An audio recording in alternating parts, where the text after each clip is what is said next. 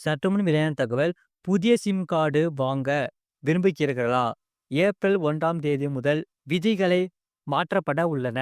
மத்திய அரசு வெளியிட்டுள்ள புதிய வழிகாட்டுதல்களை என்னவென்று இங்கே பார்க்கலாம்.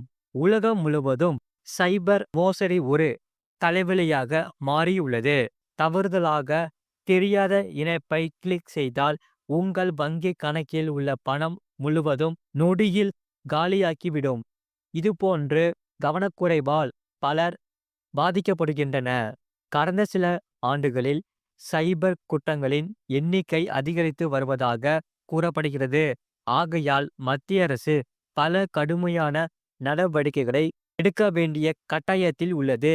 அவற்றில் ஒன்று சிம் கார்டு விற்பனையாளர்களின் இவை கட்டாயமாக்குவது தான். இது தொடர்பாக நாட்டில் உள்ள அனைத்து தொலைத்தொடர்பு ஆபரேட்டர்களுக்கு மத்திய அரசு வழிகாட்டுதல்களை வெளியிட்டுள்ளது. இந்த விதி புதியதல்ல என்றாலும் அதற்கு செய்வதற்கான காலக்கெடு மார்ச் 31, 2025 வரை நீடிக்கப்பட்டுள்ளது. இந்த வழிகாட்டுதல்கள் முதலில் ஆகஸ்ட் 2023 வெளியிடப்பட்டன. அனைத்து முகவரிகள், விநியோகஸ்தர்கள் மற்றும் உரிமையாளர்கள் 12 மாதங்களுக்குள் பதிவு செய்ய வேண்டும் என்று அதில் கூறப்பட்டது. இருப்பினும் இந்த காலக்கெடு பலமுறை நீடிக்கப்பட்டு உள்ளது. தற்போது அதன் இறுதி காலக்கெடு மார்ச் 31 ஆக நிர்ணயிக்கப்பட்டுள்ளது.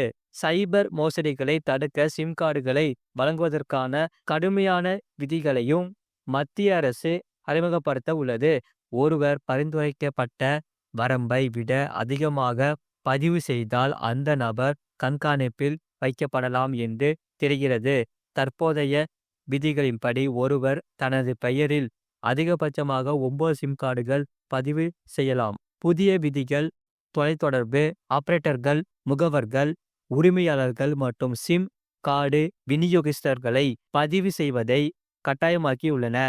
இந்த விதிகளுக்கு இணங்காதவர்களின் சிம் கார்டு விற்பனை அனுமதி ஏப்ரல் 1 முதல் ரத்து செய்யப்படும். புதிய விதிகள் சிம் கார்டுகளை வழங்கும் செயல்முறையை மிகவும் வெளிப்படையானதாக மாற்றும். அதே நேரத்தில் வாடிக்கையாளர்களுக்கு அதிக பாதுகாப்பையும் வழங்கும் என்று எதிர்பார்க்கப்படுகிறது. Reliance Jio, Vodafone idea, Airtel போன்ற தனியார் தொலைத்தொடர்பு நிறுவனங்கள் ஏற்கனவே பிஎஸ்என்எலுக்கான சிம் டீலர்களை பதிவு செய்வதற்கு மத்திய அரசு கூடுதலாக 2 மாதங்கள் அவகாசம் அளித்துள்ளது.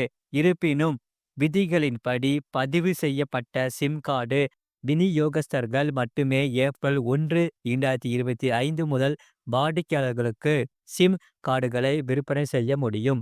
இந்த விதி அமல்படுத்தப்பட்டால் போலி சிம் கார்டுகளின் விற்பனை பெருமளவில் குறையும் என்று நிபுணர்கள் எதிர்பார்க்கின்றனர். புதிய விதிகளுக்கு தொலைத்தொடர்பு நிறுவனங்களுக்கும் சிம் கார்டு விற்பனையாளர்களுக்கும் இடையே எழுத்துப்பூர்வ ஒப்பந்தம் தேவைப்படும். விதிகளை மீறி ஒரு டீலர் அல்லது விநியோகஸ்தர் சிம் கார்டுகளை விற்பனை செய்தால் அவர்களுக்கு அபராதம் விதிக்கப்படும்.